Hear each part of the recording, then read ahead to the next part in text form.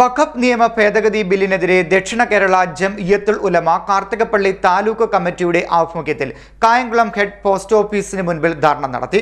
Kerala Muslim Jamaath സംസ്ഥാന general secretary advocate KP Muhammad ഉദ്ഘാടനം നിർവഹിച്ചു. വഖഫ് നിയമ ഭേദഗതി ബില്ലിനെതിരെ ദക്ഷിണ കേരള ജംഇയ്യത്തുൽ ഉലമ കാർത്തികപ്പള്ളി താലൂക്ക് കമ്മിറ്റിയുടെ ആഭിമുഖ്യത്തിൽ കായംകുളം ഹെഡ് പോസ്റ്റ് ഓഫീസിന് മുമ്പിൽ ധർണ നടന്നു.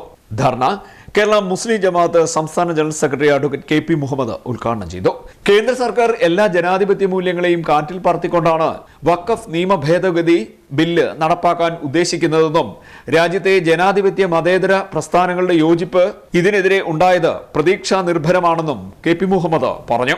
ഇന്ത്യയിലെ 10,000-കണക്കിന് അനാഥ അഗതി മന്ദിരങ്ങളും ആരാധനാലയങ്ങളും മതവിദ്യാഭ്യാസ സ്ഥാപനങ്ങളും വിശ്വാസികൾ അവരുടെ സമ്പാദ്യത്തിൽ നിന്നും ദൈവപ്രീതിക്കായി സമർപ്പിച്ചതാണെന്നും ഇതിന്മേൽ കൈവെക്കാൻ ഒരു സർക്കാരിനുമാവില്ല എന്നും അദ്ദേഹം പറഞ്ഞു. അപ്പൊ ഇതിവിടെ സൂചിപ്പിച്ചതുപോലെ വഖഫ് സംരക്ഷണം അല്ലെങ്കിൽ ഇതിന്റെ ഭേദഗതി നിയമം 2024 ഗവൺമെന്റ് സ്വമേധയാ ഇറക്കിയതാണ്. ആരും ചോദിച്ചില്ല. പാർലമെന്റിലായാലും പുറത്തായാലും സമുദായത്തിൻ്റെതായാലും രാഷ്ട്രീയ കക്ഷികളുടെ പൊതുജനങ്ങളുടെ ആയാലും സമൂഹത്തിൻ്റെതായാലും പ്രശ്നങ്ങൾക്ക് 100,000 പരാതികളും സമ്മർദ്ദങ്ങളും ചെല്ലുമ്പോഴാണ് എന്തെങ്കിലും ഒരു നിയമമായിട്ട് വരുന്നത്. ഇതാരും പറഞ്ഞില്ല, ഒരു മനുഷ്യരും മിണ്ടിയില്ല, ആരും അറിഞ്ഞില്ല.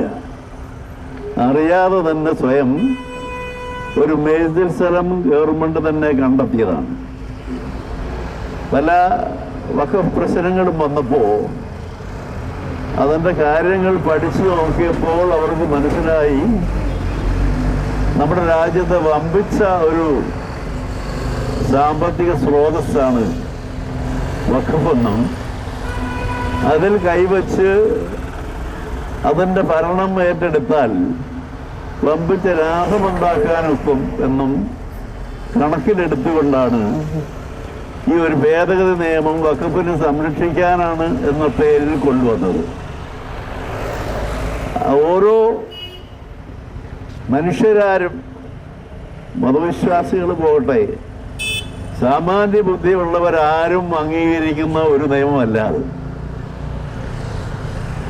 അതിൽ ഏറ്റവും ഗുരുതരമായ ഭാഗം എന്ന് പറയുന്നത് വഖഫ് ബോർഡിൽ മുസ്ലിങ്ങളല്ലാത്ത പാർലമെന്റ് മെമ്പർമാരും അസംബ്ലി മെമ്പർമാരും മറ്റു തരത്തിലുള്ള 4-5 പേരെ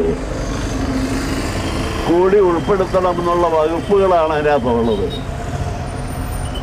ആരെങ്കിലും ഇത്തരത്തിലുള്ള ഒരു നെറികെട്ട ഒരു തീരുമാനത്തിന് അവർക്ക് ആർക്കും യാതൊരു അവകാശമില്ലാത്തതും ആ നിയമത്തിൽ തന്നെ പറയുന്നത് അമുസ്ലിങ്ങൾക്ക് ആർക്കും വഖഫ് ചെയ്യാനുള്ള അവകാശവുമില്ല, വഖഫ് ചെയ്ത് കൊടുക്കാനുള്ള അവകാശവുമില്ല.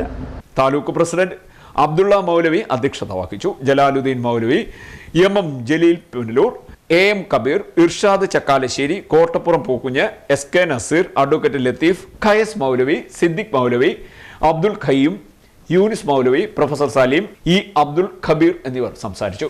CDN news Kayamkulam.